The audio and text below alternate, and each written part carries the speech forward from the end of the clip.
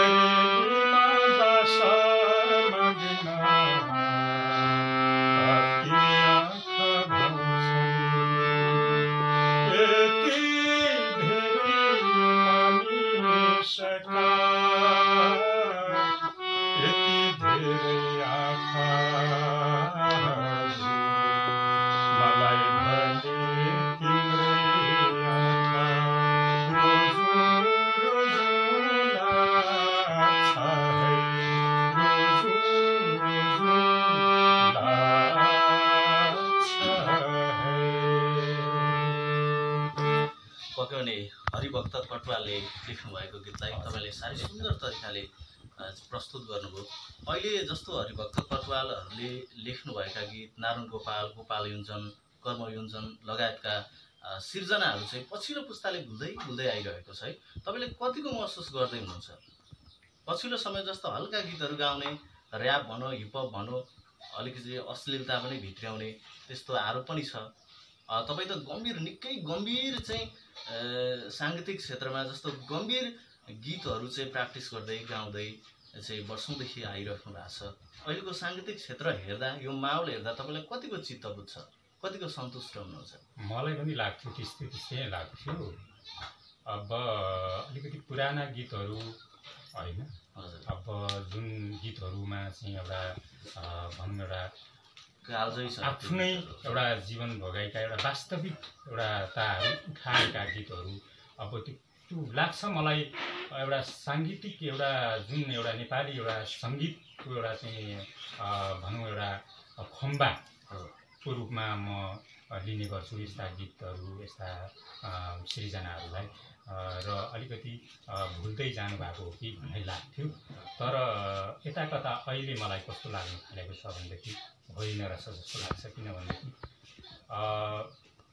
अब उहाँको नारायण गोपालज्यूको गीतहरू अरुणा लामाज्यूले गाउनुभएका गीतहरू अब मैले गाउँदाखेरि होइन भनौँ भिडियोहरूमा हेर्नुहुन्छ, कमेन्टहरू गर्नुहुन्छ होइन, अति राम्रो होइन। नारायण गोपालज्यूको जस्तो एउटा चाहिँ अरुणा लामाज्यूको जस्तो गीतहरू अहिले पनि तपाईँले यसरी गाउनुहुन्छ, हामीलाई चाहिँ त्यही झल्को आइरहेको छ। उहाँहरूको गीतहरू मर्नु हुँदैन भन्ने किसिमको त्यस्तो खालको प्रतिक्रियाहरू, त्यस्तो खालको कमेन्टहरू आउँदाखेरि होइन, उहाँहरूको गीतहरू कहिले पनि पुरानो नहुने खालको, अनि त्यहाँदेखि कसैले कहिले पनि नबिर्सिनु पर्ने र बिर्सिनै नहुने खालको गीतहरू छ र त्यसरी नै माया गरिदिइरहनु हुने रहेछ भन्ने मलाई लाग्छ। जो त्यति बेला पहिला सत्यनारायण दाई तपाईँ त 50को मध्य दशकदेखि साङ्गीतिक क्षेत्रमा हुनुहुँदो रहेछ, 56 सालदेखि। सत्यनारायण लामा चाहिँ सार्वजनिक हुनको लागि, चर्चाको उज्यालोमा आउनको लागि किन यतिका दशक समय खर्च भयो? ज्यादै गम्भीर प्रश्न गर्नुभयो।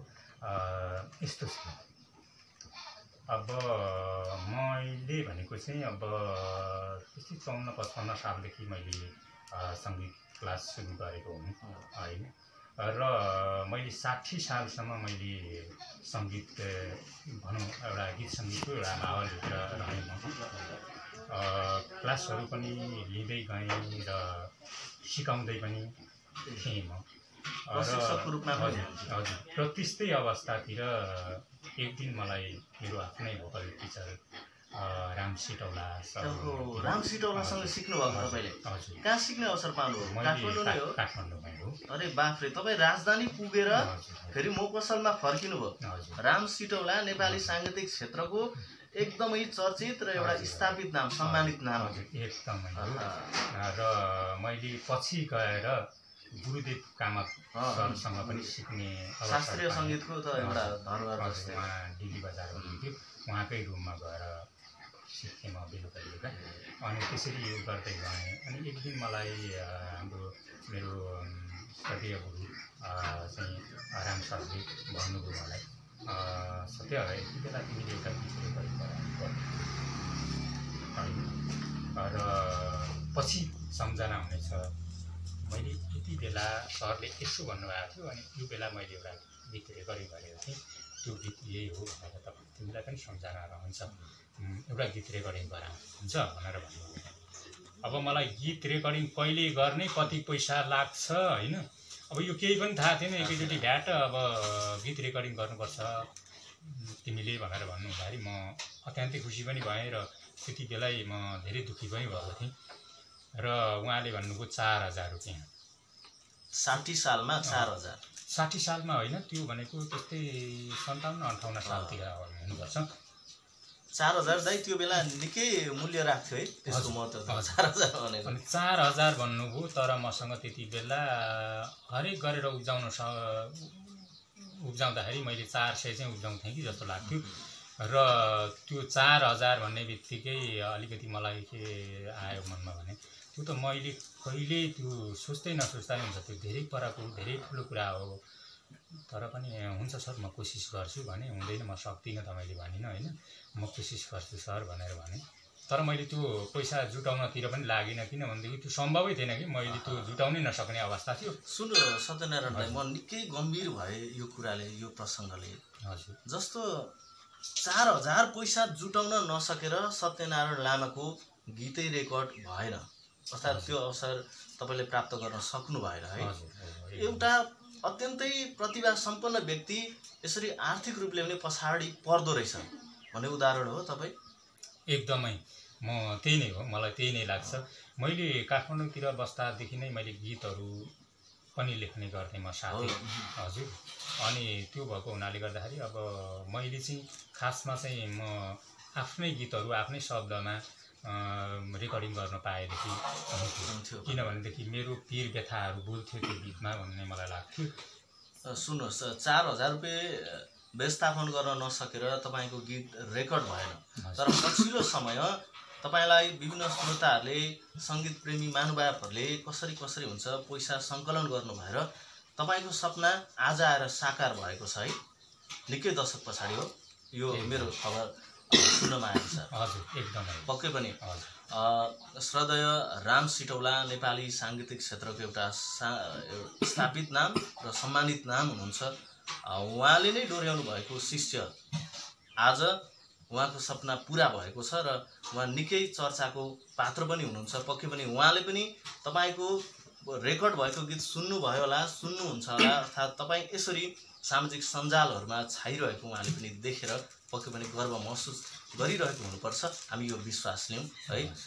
पछिल्लो समय तपाईँको रेकर्ड भएको गीत नै सुनाउन दाइ हुन्छ। मेरो एउटा छ डुएट सङ छ, यो रचना रिमालसँग को जाओस् न दाइ। हाट भर्नु चैनपुर बजार भेटघाट तुमलिङता, माया लाउने सोल्टिनी जिउ छ कि मनमा विचार, माया लाउने सोल्टिनी जिउ छ कि मनमा विचार। यस्तो खालको छ। सुन्नु न, जस्तो रचना रिमाल त हिजो आएको भनौँ न, हिजो मात्रै आएको। सत्यनारायण दाइ त 1.5 दशक 2.5 दशक भइसकेछ साङ्गीतिक क्षेत्रमा चाहिँ लाग्नुभएको, एउटा सपनाको बाटो हिँड्नु भएको है। अब हिजो आउने प्रतिभा यति चाहिँ चर्चामा हुन्छ होइन। सत्यनारायण लामा चाहिँ गम्भीर साधना डुबेकै कस्तो लाग्छ दाइ? जस्तो तपाईँले जस्तो रियालिटी सोबाट रचना रिमाल आउनुभयो, तपाईँले कहिले कोसिस गर्नु भएन यसभन्दा अगाडि पनि नेपाली तारा, नेपाल आइडल, नेपाल स्टार पनि चलिरहेको छ, यस्ता सोहरूमा जाउँ भन्ने कहिले लागेन? यस्तो भयो, मैले फेरि म त्यो काठमाडौँसँग जोड्ने प्रयास जोडिन्छु म। त्यति बेला मैले त्यो गीतहरू रेकर्डिङ गराउन नसक्दाखेरि अलिकति मनमा खिन्नता पनि भयो। पैसा चाहिँदो रहेछ गीतहरू रेकर्डिङ गर्न, पैसा मसँग हुँदैन। आदि कुराहरूले मलाई पिरोल्दै अब त्यति बेलै अब बिहे पनि भयो मेरो। बिहे भइसकेपछि जिम्मेवारी पनि अरू थपियो। अब त्यो हुँदै गइसकेपछि म 60 सालमा चाहिँ दसैँ मान्न भनेर म 10 वर्ष भइसकेको थियो म घर नगएको। हजुर, अनि 10 वर्षपछि म मेरो वाइफलाई लिएर, श्रीमतीलाई लिएर म शङ्करसभा गएँ। शङ्करसभा जाँदाखेरि मेरो आफ्नै बडाबाबुको छोरा हुनुहुन्थ्यो भाइ, उहाँले भन्नुभयो हेर अब यसरी लर्खराएर नहिँड, अब तैँले बिहे पनि गरिस्, बिहे गरिसकेपछि मान्छे व्यवहारिक भयो, अब भोलिका दिनहरू हेर्नुपर्छ, यसरी हुँदैन। बरु यतै एउटा सानो यसो पसल राख, सामानहरू पैसा छैन तसँग भनेदेखि बरु म केही सामानहरू भनिदिउँला, दिन्छ। अब तँलाई पो अब देखेको छैन, कसैले पनि चिनेको छैन होइन। अब 10 वर्ष भइसकिस् त यसरी हिँडेको होइन, तँलाई विश्वास नगर्न पनि सक्छ, तँसँग पैसा पनि छैन होला, तर म त यहीँ बसेको मान्छे हो, मलाई सबैले चाहिँ यो कस्तो मान्छे हो, यसले कस्तो व्यवहार गर्छ भन्ने कुराहरू सबै थाहा छ। त्यो भएको हुनाले गर्दाखेरि म तपाईँ सामानहरू गरौँ भनेपछि त जस्तो समग्रभन्दा तपाईँ गृहस्थी जीवनमा प्रवेश गर्नुभयो। अनि त्यसपछि म काठमाडौँ छोडेर शङ्करसभा बसेँ। काठमाडौँ छोडेर म शङ्करसभा बसेको भन्नुहुन्छ भने तपाईँको 60 सालमा मैले काठमाडौँ छोडेँ, सङ्गीत पनि छोडेँ होइन। अनि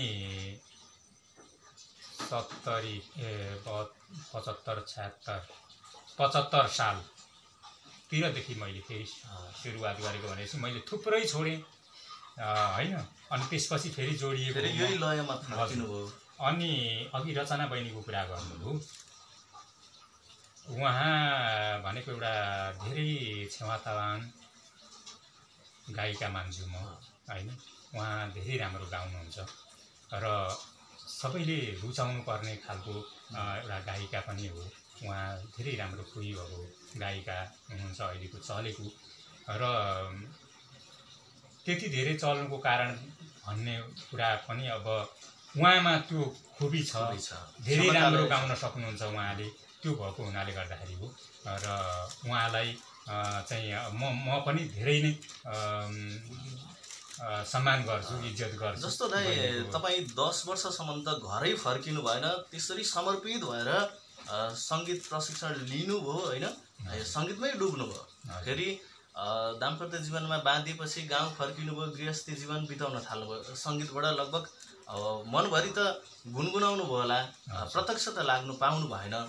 धेरै वर्ष पछाडि फेरि तपाईँले पुरानै धारमा फर्किनुभयो, त्यही हार्मोनियम समाएर आफ्नो अनुभूतिहरू चाहिँ गुनगुनाउन थाल्नुभयो है।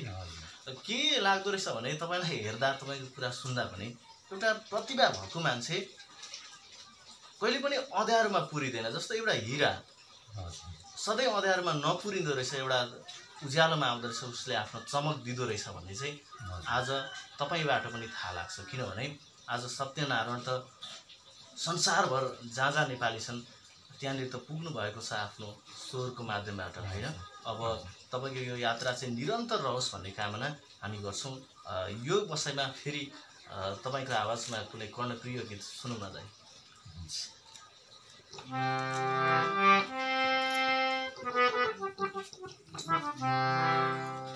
म नारायण गोपालजीको गीत छ, किनभनेदेखि मलाई उहाँकै गीतहरू गाउन मन लाग्छ है। दुईटा फुल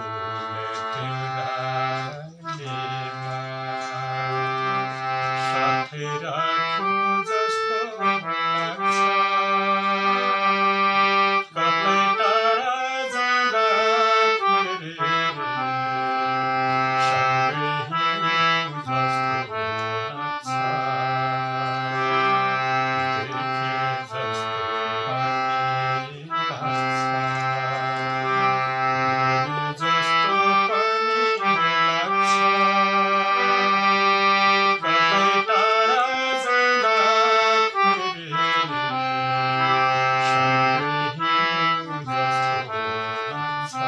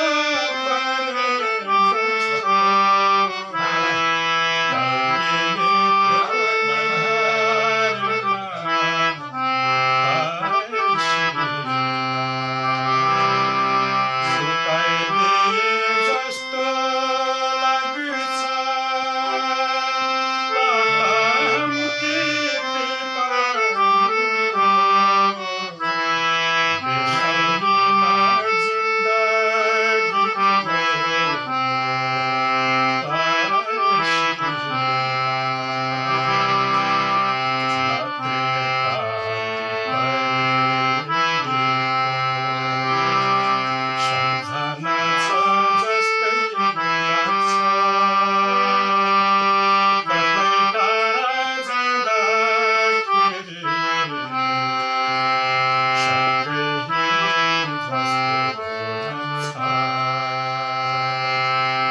दुईटा सत्यनारायण दाइले फेरि पनि पुरानो याद दिलाउनु भयो।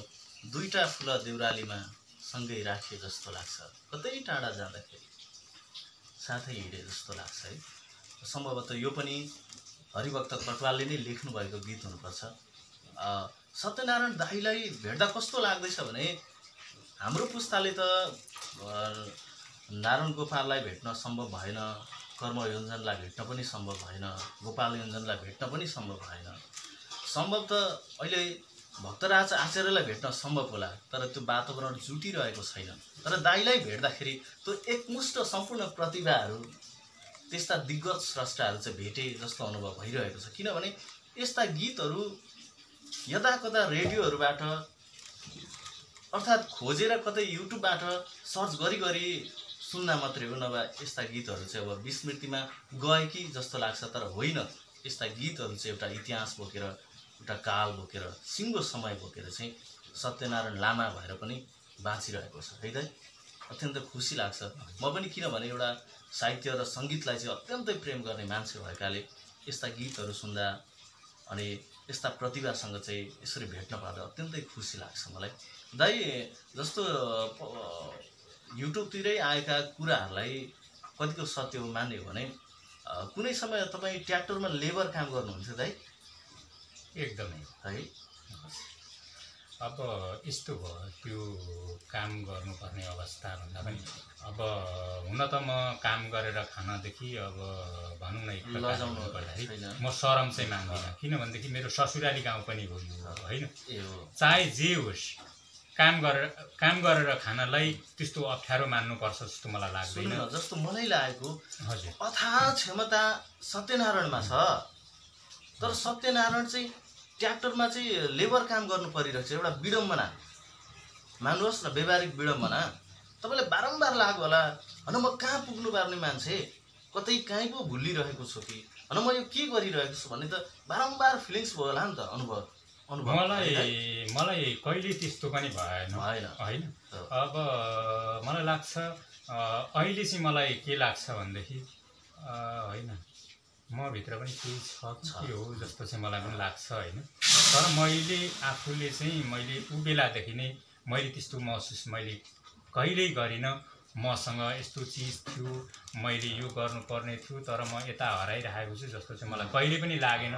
किनभने म समय परिस्थितिले मलाई जहाँ जहाँ पुर्याउँछ म त्यहीँ रमाउने मान्छे हो। कस्तो धैर्यताको साथ टिकिन लागिराख्नु भयो। परिस्थितिले विभिन्न सङ्घर्षका देउरालीहरू चढ्नु पर्यो है, विभिन्न समयको जङ्गार त तर्नु पर्यो नि तपाईँले। त्यस्ता विषम परिस्थिति पनि भोग्नु पर्यो कि। एउटा प्रतिभावान व्यक्ति त वातावरण अनुकूल नहुँदा फ्रस्ट्रेसनमा जाने सम्भावना ज्यादै हुन्छ क्या दाइ। तर तपाईँ त कस्तो आफूलाई नै नियन्त्रण गरेर अघि बढिराख्नुभयो। तर त्यो समयमा त तपाईँ आउनुभयो, फेरि पुरानै लयमा त फर्किनु भएको छ है। म सम्झिन्छु महाकवि लक्ष्मीप्रसाद देवकोटाले एउटा निबन्धमा लेख्नु भएको छ कि नेपालका बग्नरहरू कतै खेत खनिरहेका छन्, नेपालका सेक्सपियरहरू कतै जङ्गलमा गोठाला गरिरहेका छन् भन्ने उद्गार चाहिँ सत्यनारायण लामामा चाहिँ एकदमै म्याच हुने रहेछ, मिल्ने रहेछ। मलाई त्यो अनुभूति भयो। एउटा अथाह प्रतिभा छ, तर हुन्छ नि काम त सानो ठुलो त होइन, तर तपाईँको वय त अर्कैतिर, परिस्थितिले अर्कैतिर डोर्याइरहेको छ है।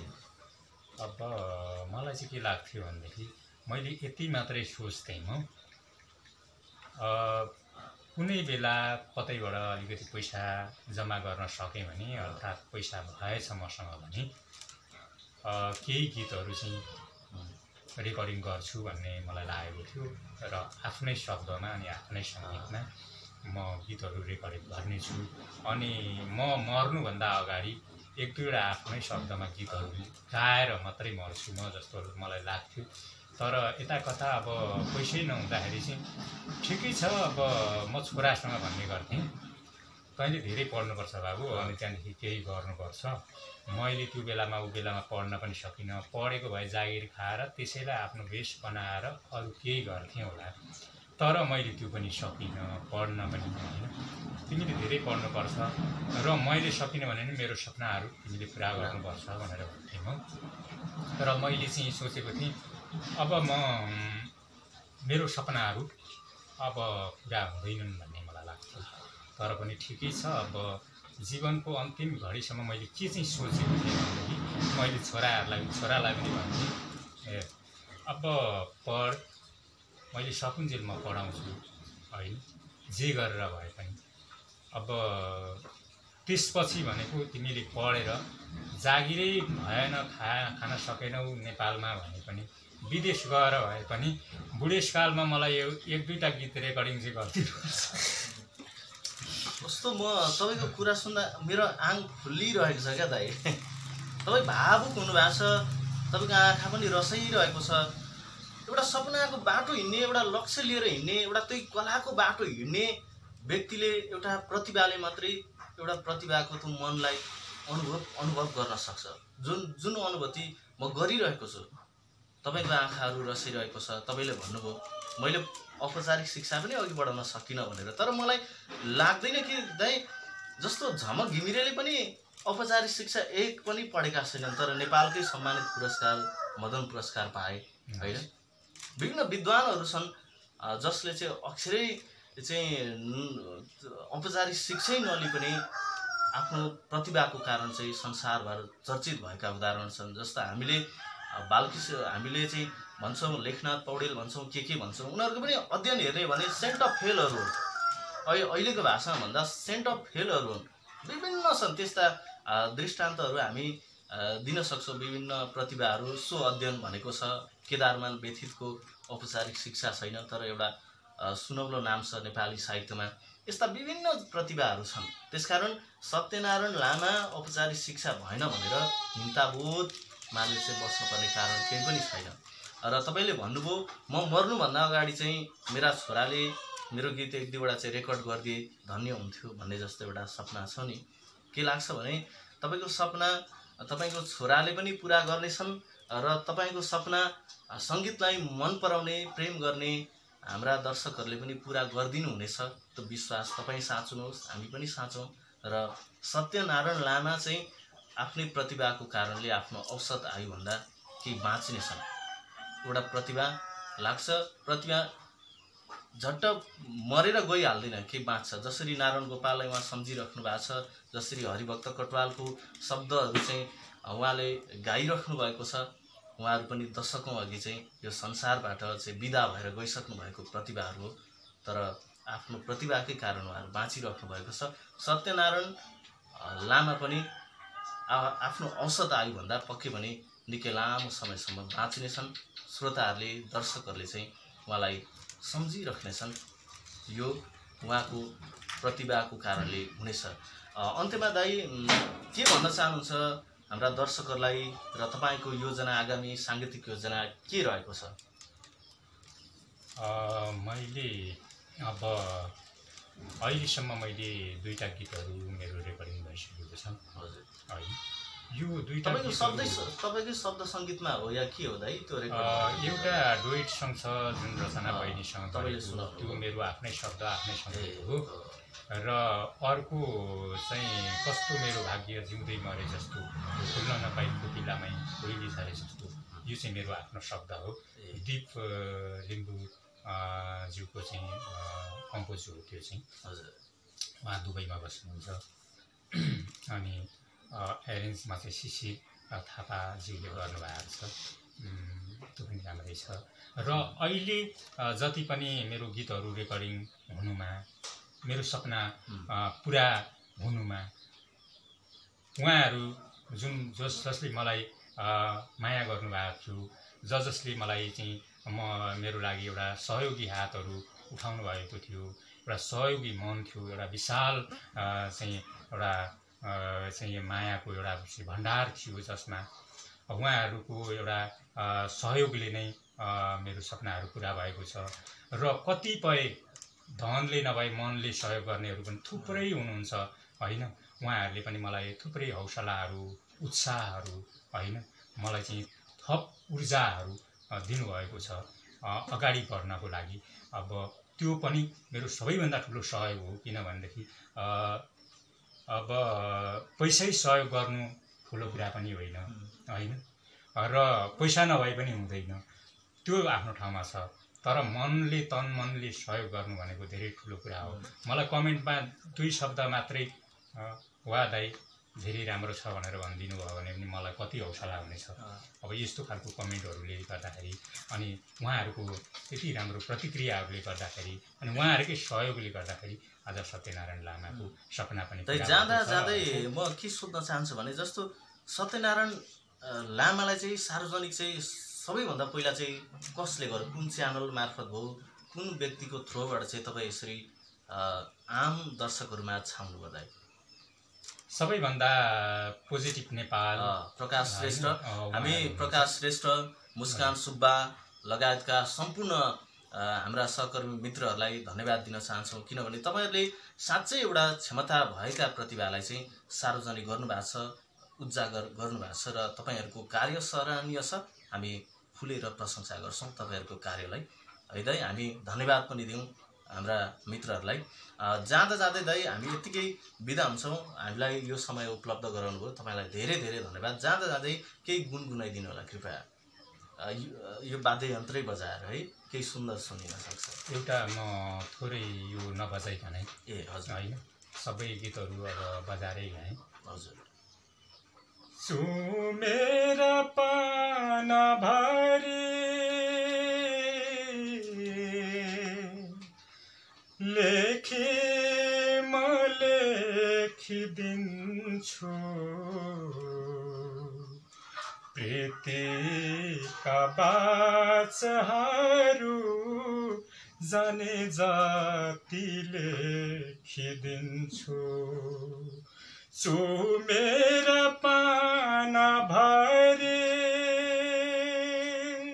यति गाइन्छ ल यो पनि नारायण गोपालजीले नै गाउनु। तपाईँले हामीलाई समय उपलब्ध गराउनुभयो, फेरि पनि तपाईँलाई धेरै धेरै धन्यवाद भाइ। थ्याङ्क यू सो मच यसको लागि। र हजुरहरूले पनि टाढादेखि आउनु भएर मेरो घरसम्मै आउनु भएर दुई चारवटा केही हाम्रो श्रद्धेय सुर सम्राट नारायण गोपालज्यूको दुई चारवटा गीतहरू गाउने मौका दिनुभयो, अनि त्यहाँदेखि आफ्ना मनका दुई चारवटा कुराहरू बोल्ने मौका दिनुभयो। त्यसको लागि यहाँलाई धेरै धेरै धन्यवाद भन्न चाहन्छु। र तपाईँको जुन एउटा च्यानल युनिटलाई पनि म धन्यवाद दिन चाहन्छु। र धेरैभन्दा धेरै सब्सक्राइबहरू अनि त्यहाँदेखि अब लाइक सेयरहरू कमेन्टहरू प्रतिक्रियाहरू दिनुहोला भन्दै मलाई माया गरिदिनु हुने सम्पूर्णलाई म चाहिँ अन्तर्हृदयदेखि नै धन्यवाद। आदरणीय दर्शकबिन, आजको प्रस्तुतिमा हामीले सत्यनारायण लामालाई प्रस्तुत गऱ्यौँ। यो हाम्रो सामग्री हेरिदिनु भएकोमा तपाईँलाई धेरै धेरै धन्यवाद भन्दै हामी बिदा हुन चाहन्छौँ। नमस्ते।